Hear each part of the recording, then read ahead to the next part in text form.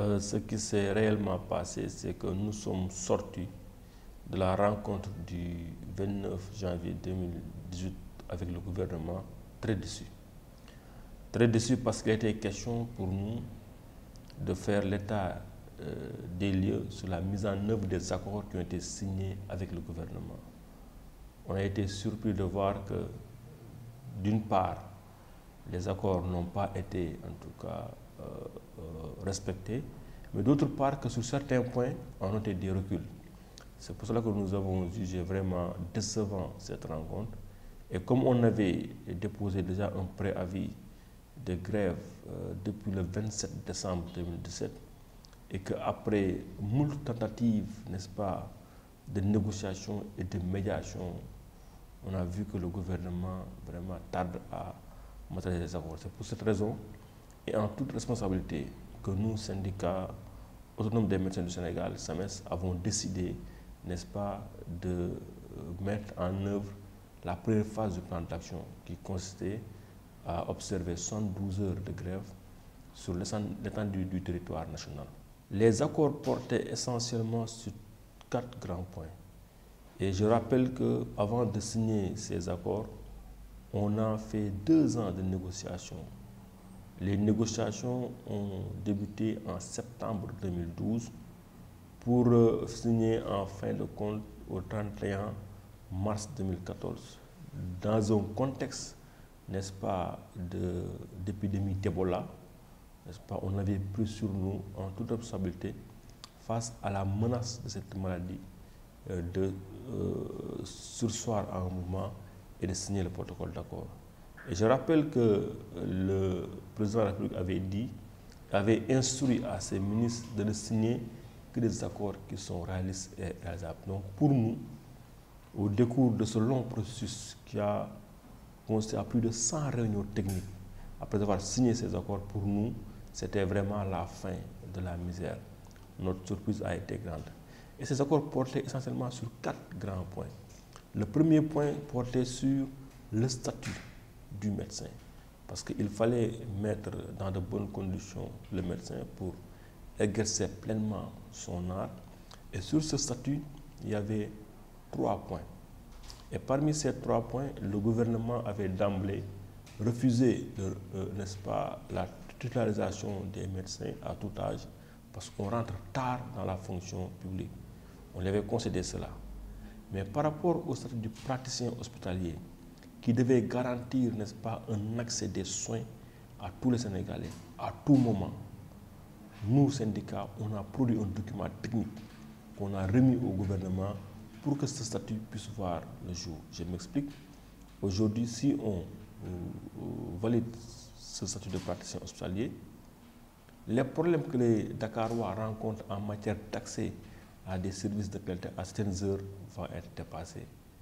Les problèmes que le citoyen lambda qui habite à Kédougou ou à Fongolemi a pour accéder à un praticien qualifié sera dépassé.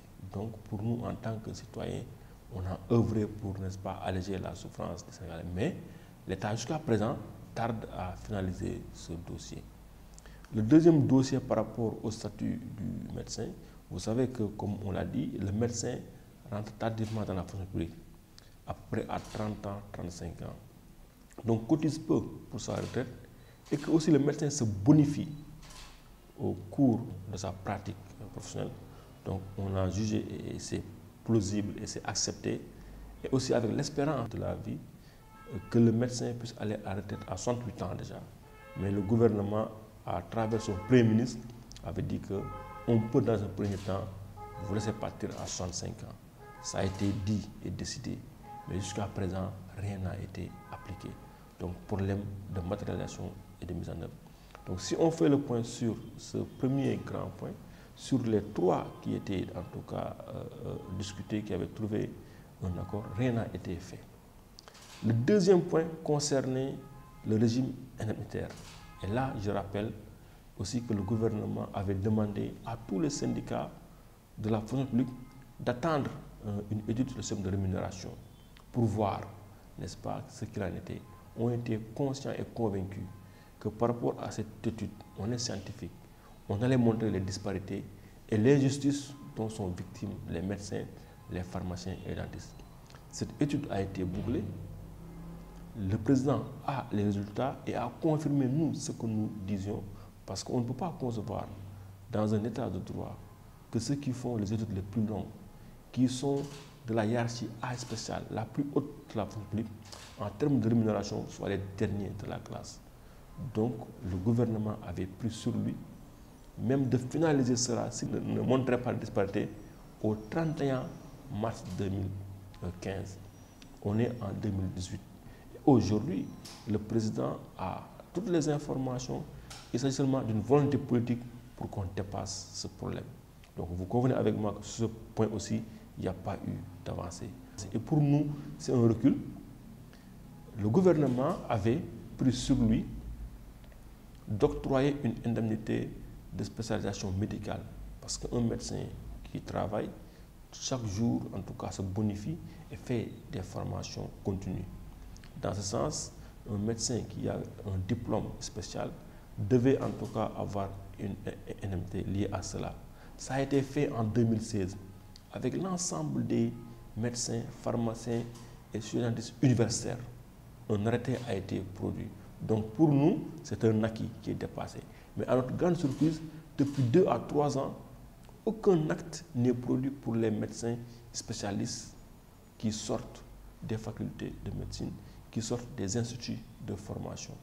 Pour un simple motif que, à la place du DS, on voit CS. Alors que dans le texte qui a accordé cette indemnité, on avait dit un CS ou son équivalence. Donc pour nous, le problème ne se pose pas, mais le gouvernement cherche toujours à retarder les choses. Donc 4 ans après la signature du protocole d'accord. Et le troisième point par rapport à ce régime indemnitaire, c'est le prêt équipement qui devait être octroyé à tout jeune médecin, pharmacien, dentiste qui venait d'être recruté de 1 million. On dit bien prêt. Et ce prêt, jusqu'à présent, tout le travail nécessaire a été fait, mais il n'y a rien qui a été matérialisé. Donc là aussi, si on résume par rapport à ce deuxième point, sur les 3 sous-points que le gouvernement devait traiter, vous convenez avec nous que rien n'a été matérialisé. Et c'est ce qui est frustrant, parce qu'on a laissé le gouvernement suffisamment de temps, 4 ans, pour régler ces problèmes. L'année 2017 a été marquée vraiment par une accalmie, pour permettre à l'autorité, à tête reposée, de vider ces problèmes. Sur les 3 grands points qui concernaient la gestion démocratique aussi des ressources humaines, qui est des questions internes avec le ministère tel, on voit que aussi des avancées ont été faites, mais sur le plan de production de textes, rien n'a encore été fait.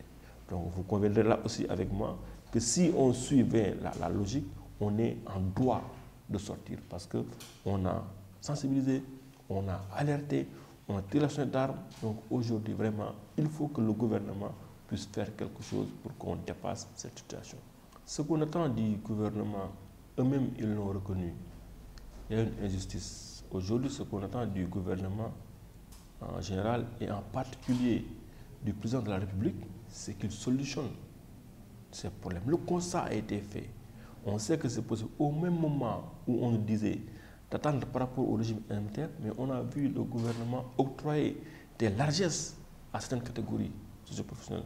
On a même vu qu'il y a des indemnités qui ont été données à des agents, entre guillemets, qui ne travaillent pas pour la fonction publique. On a vu que le gouvernement a mis en place un haut conseil des collectivités territoriales. Et j'en passe pour le budget qui peut régler tous les problèmes à l'instance financière du système de santé. On a vu que le nombre de députés a été augmenté. Tout ça sur le dos du contribuable sénégalais. On lui dit, pour ce Sénégalais, pour que vos médecins soient dans des conditions minimales d'exercice de leur fonction, on leur oppose une aide catégorique. C'est ça que nous, en tout cas, nous n'accepterons plus. Ce pays est pour tous les Sénégalais. On a une égale dignité par rapport à la Constitution. Donc, à travail bien fait, il faut une rémunération conséquente. Et c'est tout ce que nous demandons. Aujourd'hui, on est citoyens sénégalais, fonctionnaires, médecins, qui gravons beaucoup de difficultés pour exercer notre art. On a même des problèmes pour accéder au logement. Vous pensez que c'est normal dans un pays qui se respecte, qui a des cadres qui travaillent et qui se sacrifient chaque jour? Aujourd'hui, vous allez dans tous les coins du Sénégal les plus reculés, vous allez trouver au moins un homme de la santé. Donc il faut qu'en tout cas que le gouvernement puisse, n'est-ce pas, rendre à César ce qui lui appartient. Nous ne réclamons pas des monts et merveilles, mais juste le minimum nécessaire pour exercer notre art pleinement. Le sort des malades qui vont suivre par cette période, c'est de prendre leur mal en patience. Je pense que le service minimum est assuré à la gestion des urgences parce qu'on a concédé à cela. Parce que comme on l'a dit, il y aura un moment où même le service minimum, on va mettre un point d'interrogation sur le service minimum. Parce que comme on l'a dit, trop c'est trop. Nous sommes des Sénégalais, on sait que le gouvernement peut et il peut en tout cas signer ces accords. Maintenant, la responsabilité, ce n'est pas du côté du syndicat. Il revient au gouvernement de mettre en œuvre tous les moyens pour que la population ait accès à des soins de santé. Nous, on est une partie prenante, on est un syndicat, c'est notre droit. Maintenant, si vous voulez que la souffrance de la population puisse être allégée, mais c'est au gouvernement de régler ces problèmes. Et on dépasse ces caps. C'est important de parler de cela parce que quand on dit erreur médicale, c'est quoi? On est un corps bien organisé, avec un code de déontologie et des procédures. À chaque fois qu'il y a un cas qui présente une pathologie, il y a des procédures décrites. On a une obligation de moyens, mais pas de résultats. Si l'agent, dans l'exercice de sa fonction, a respecté toutes ces procédures, a respecté le code de déontologie, on ne va pas parler d'erreur médicale. Et là, encore une fois, quand on dit erreur médicale, si on constate une juridiction pour bien classer cette erreur, sont les critères. Donc on ne peut pas, sur la base des dires des populations, en tout cas, accepter qu'il y a erreur médicale. Non, il y a tout un processus à mettre en place d'évaluation et de suivi pour arriver à cette conclusion. Et si on arrive à cette conclusion, il y a aussi d'autres étapes, n'est-ce pas, qui vont suivre pour déterminer les responsabilités et ensuite donner l'opportunité au juge de prononcer ce qu'il. Mais il y a beaucoup de choses qu'on dit erreur médicale. Si on revient à l'orthodoxie, si on revient aux procédures, des fois ce ne sont pas des erreurs médicales. Je vous donne un exemple. En matière de santé, il y a les soins préventifs, promotionnels et curatifs. Vous savez qu'on fait beaucoup de choses en matière de prévention. Et la population, des fois, n'est même pas redevable. Si on entre des fois dans des ménages pour demander est-ce que votre enfant est vacciné ou pas, on est mal accueilli. Pourtant, on est des gens de santé, on donne des soins préventifs, on veut évaluer, mais la population est foncièrement hostile à cela. Ça aussi, il faut le dire, que la santé n'est pas seulement le curatif. Il y a du préventif, il y a du promotionnel. Et ça aussi, je pense que la population doit comprendre et aider, n'est-ce pas, les gens de santé à être, en tout cas, beaucoup plus performants dans leur mission. On est un corps organisé. D'abord, pour éviter ces erreurs, il faut d'abord ce qu'on appelle la démarche diagnostique. Donc, pour tout malade qui vient voir un médecin, un spécialiste, il y a ce qu'on appelle la démarche diagnostique qui a été codifiée. Devant tout malade, les médecins adoptent la même démarche diagnostique et doivent aboutir aux mêmes conclusions. S'il n'y a pas de conclusion au bout de cette démarche diagnostique, on est en mesure de demander des explorations complémentaires pour affiner notre diagnostic. Une fois que le diagnostic a été posé, là aussi, la prise en charge est codifiée. On ne peut pas aujourd'hui diagnostiquer un paludisme et traiter une bilharziose. Non, c'est codifié. Aujourd'hui, on ne peut pas diagnostiquer une pathologie chirurgicale et ne pas intervenir. Donc, pour vous dire que déjà, les procédures ont été mises en place pour éviter maintenant ces erreurs. Maintenant, l'erreur est humaine. On peut observer toutes ces procédures et qu'il y ait des erreurs. Et parmi ces erreurs-là aussi, l'analyse l'a montré, il y a ce qu'on appelle la surcharge de travail. Aujourd'hui, vous prenez le ratio nombre de soignants par rapport à la population, on est en deçà, n'est-ce pas, des normes.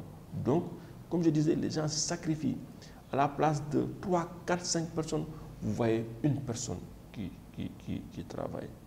Au lieu que le personnel qui travaille, s'il monte une carte, puisse avoir un repos compensateur, non, il enchaîne avec des... Tout ça, c'est des problèmes qui font que des fois, l'erreur peut survenir.